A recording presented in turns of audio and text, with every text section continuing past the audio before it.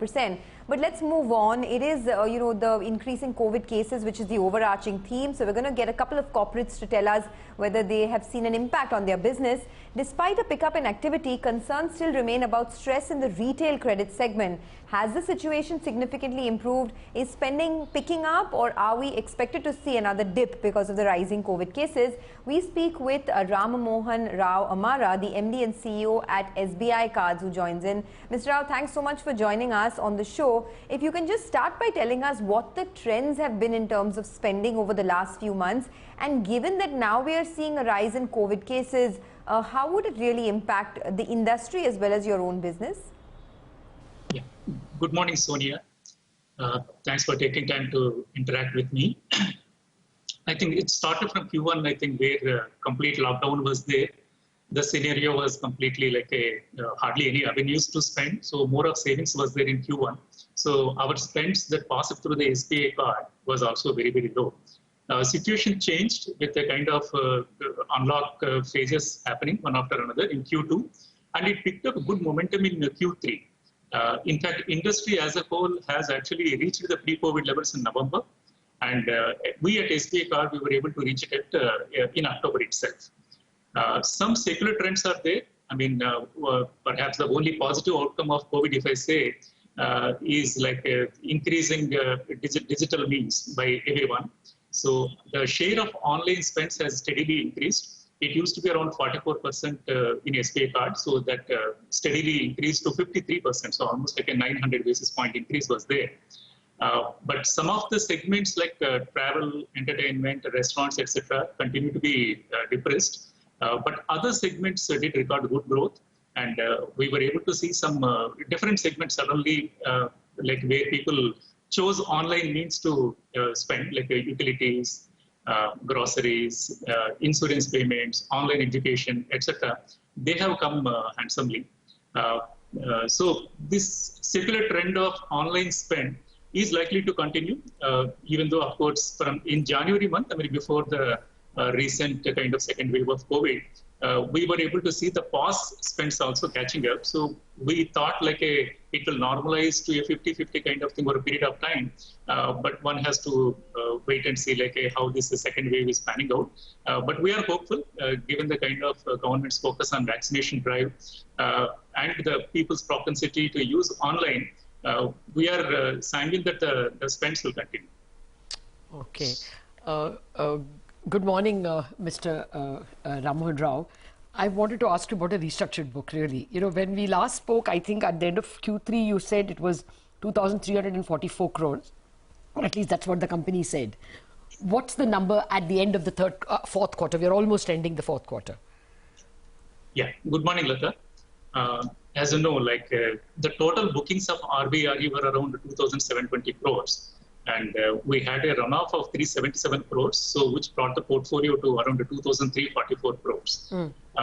But this quarter, we have a fair idea in the sense, like, as you know, like the window closed by 31st December, but still there were bookings in November and December.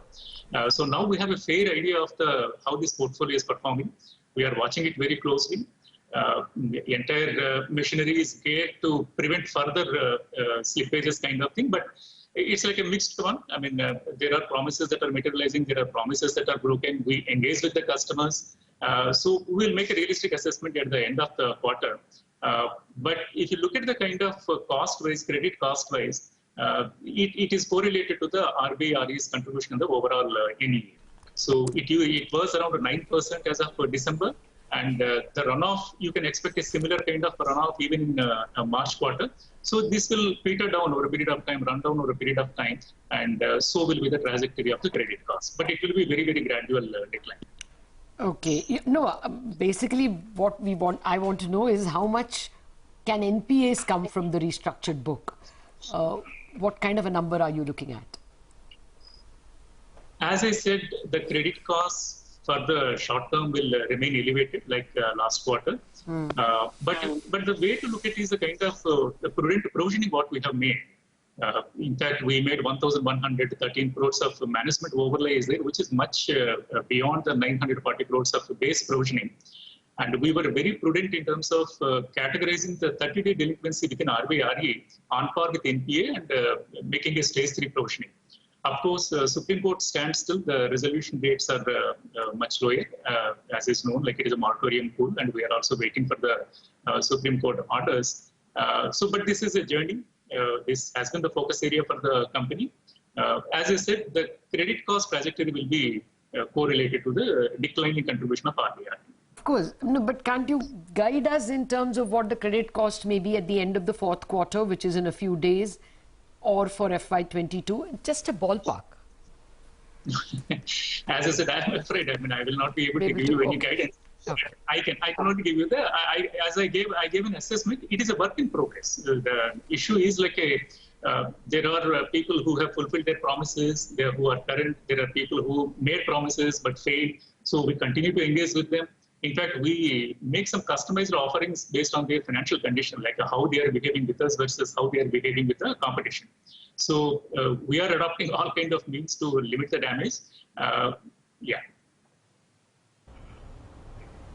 Okay. Sir, I had just, if you can give us a couple of more details, what are the quarterly spends that you expect in the next few quarters on an average? I mean, as of Q3, you saw about 38,000 crores of quarterly spends, which was a growth of 7.5% year on year. What is the expectation over the next few quarters? And also, if you can give us the 30 days past dues of your total loans, what does it stand at now versus Q3?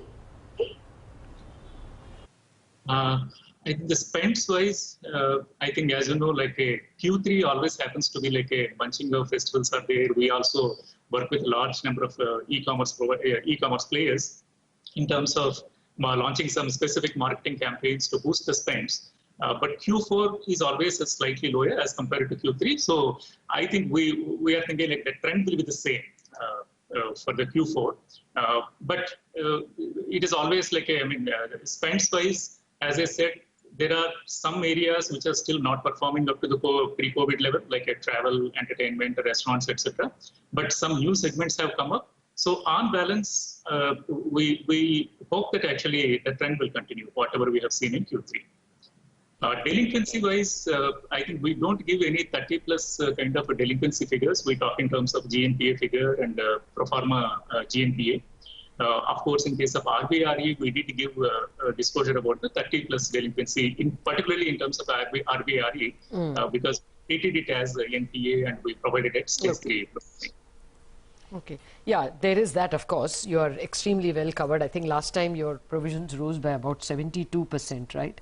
So yes, you are well covered.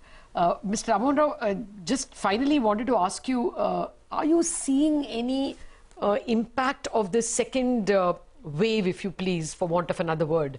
Are you in the last 2 weeks seeing lower card spends or pushing back of repayments?